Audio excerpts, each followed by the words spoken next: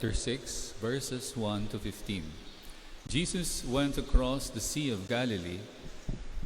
A large crowd followed him because they saw the signs he was performing on the sick. Jesus went up on the mountain, and there he sat down with his disciples. The Jewish feast of Passover was near. When Jesus raised his eyes and saw that a large crowd was coming to him, he said to Philip, "Where can we buy enough food for them to eat?" He said this to test him, because he knew himself what he was going to do. Philip answered him, 200 days' wages worth of food would not be enough for each of them to have a little. One of his disciples, Andrew, the brother of Simon Peter, said to him, "There is a boy here who has 5 barley loaves and 2 fish. But what good are these for so many?" Jesus said, "Have the people recline." Now there was a great deal of grass in that place, so the men reclined, about 5,000 in number. Then Jesus took the loaves, gave thanks, and distributed them to those who were reclining, and also as much of the fish as they wanted. When they had their fill, he said to his disciples, "Gather the fragments left over, so that nothing will be wasted." So they collected them and filled 12 wicker baskets with fragments from the 5 barley loaves that had been more than they could eat. When the people saw the sign he had done, they said, "This is truly the prophet, the one who is to come into the world." Since Jesus knew that they were going to come and carry him off to make him king, he withdrew again to the mountain alone.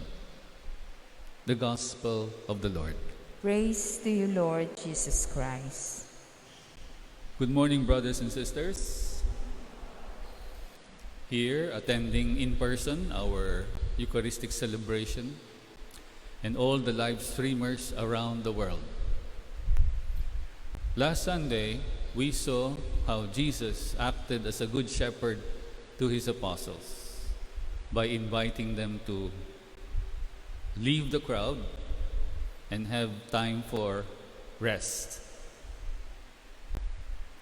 The people were able to predict where Jesus would be going. So when they landed to their destination, the people were there. And again, the heart of Jesus as a good shepherd had compassion. He had to postpone their rest, and Jesus taught the crowd with many things. This is the continuation, but we are now reading the version of St. John, because starting today and 4 more Sundays until August 22, we will be reflecting on the Bread of Life discourse.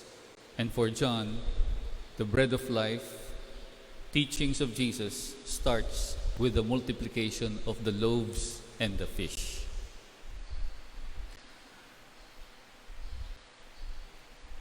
Tinanong ni Jesus kay Felipe,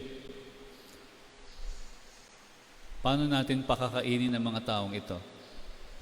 Dahil nga hinabol nila si Jesus from the shore, konti lang sa kanila ang may baong pagkain. At medyo ginanahan si Jesus na magturo, humaba yung pagtuturo ni Jesus, at bandang hapon, gutom na sila. Si Philip naman ay nag-compute. Kung may calculator siya, magko-compute siya.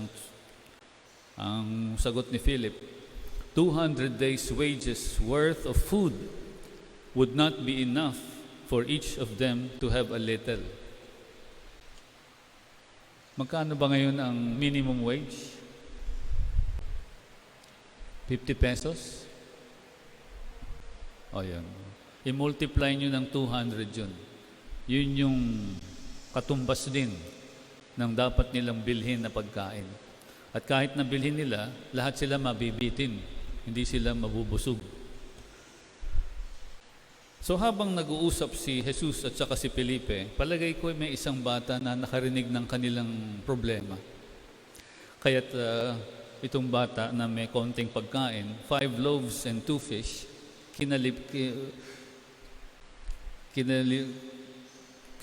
he asked Andrew, he donated his food to Andrew para ibigay kay Jesus. So, Andrew, the brother of Simon Peter, meron bata rito na nagdo-donate ng 5 loaves and 2 fish para makatulong. Pero ang sabi ni Andrew, anong magagawa niyan? 5 loaves and 2 fish, 5,000 lang yung mga lalaking dapat pakainin. Siguro, nung sinabi ito ni Andrew, ngumiti si Jesus sa bata. Dahil parang nagpapasalamat si Jesus na yung batang ito ay nag-donate. Siguro yung bata, ngumiti rin kay Jesus. Ayon sa mga Bible scholars, there were many levels of miracles in the multiplication of the loaves and the fish. The first level of the miracle was in the heart of the little boy.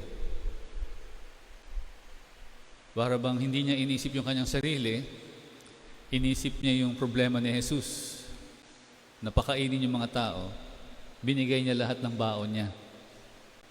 Kahit mawalan siya, para lang makatulong. At anong ginawa ni Jesus? Kinuha, pinagpira-piraso at sige, i-distribute niyo lahat yan. The second level of the miracle was in the hearts of the people. Yung iba sa kanila may pagkain, pero nakita ng mga tao yung halimbawa ng bata. At yung halimbawa ni Jesus, dinonate sa kanya, hindi niya kinain para sa sarili niya at para sa mga apostoles. Pinagpira-piraso. Sige, distribute niyo lahat yan. And the third level, talagang dumami na parang magic yung tinapay at isda. This is the beginning of our Bread of Life discourse. Ibig sabihin, ang ating Eucharistia na pinagdiriwang tuwing linggo, ito ang pinagmulan, pagbabahagi, bahaginan. Nakita natin dito na kahit may kulang, di umano, there is a lack of food, there is hunger. But when there is sharing, sobra-sobra pa ang makukuha. Kaya pagkatapos na nabusog yung mga tao, may 12 lalagyan pa na sobra-sobrang tinapay at isda ang nakolekta nila. And we experience this every time we have potluck. Siguro nami-miss nyo na yung mga potluck, no? Kasi bawal ngayon yung mga potluck eh. Pag may potluck, nagdadala ng pagkain yung mga tao. At hindi lang yon, may dala silang container na plastic. Dahil alam nila na magpe-potluck, sobra-sobra, may take-home pa. Nami-miss na natin yun. Dati dito may mga potluck eh. Nakikita ko pag sinabing sige, take-home na, pila-pila na naman yan. We all experience this. Even in the midst of hunger, lack. Kaya makikita nyo yung inspiration ng community pantry. Yan yung inspirasyon. At dahil pinag-uusapan natin ngayon ang bahaginan na pundasyon ng pagdiriwang ng Eucharistia, pinagdiriwang din natin ngayon ang First World Day of the Elderly and Grandparents proclaimed by Pope Francis. Kasama na ako rito. Nung araw, kasama ako sa World Youth Day. Pero ngayon, promoted na ako. Pinagdiriwang ko na rin kasama ng mga iba sa inyo. First World Day of the Elderly and Grandparents. Meron tayong special prayer para sa kanila. But my dear brothers and sisters, if sharing is the foundation of the Eucharist, one of the best gifts that we can give our elderly and grandparents today is to encourage them to be vaccinated. Sana lahat ng ating mga elderly members and grandparents of the family nakakompleto na ng vaccination. In fact, dala-dala ko po ngayon yung aking vaccination card. Nakadalawa na po ako. The first, June 21, and the second, July 13.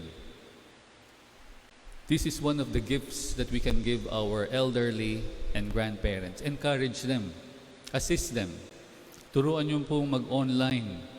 I-follow up nyo yung barangay o kung saan man para i-escort nyo. Because it is our moral responsibility to be vaccinated. Si Pope Francis po, kompleto na siya.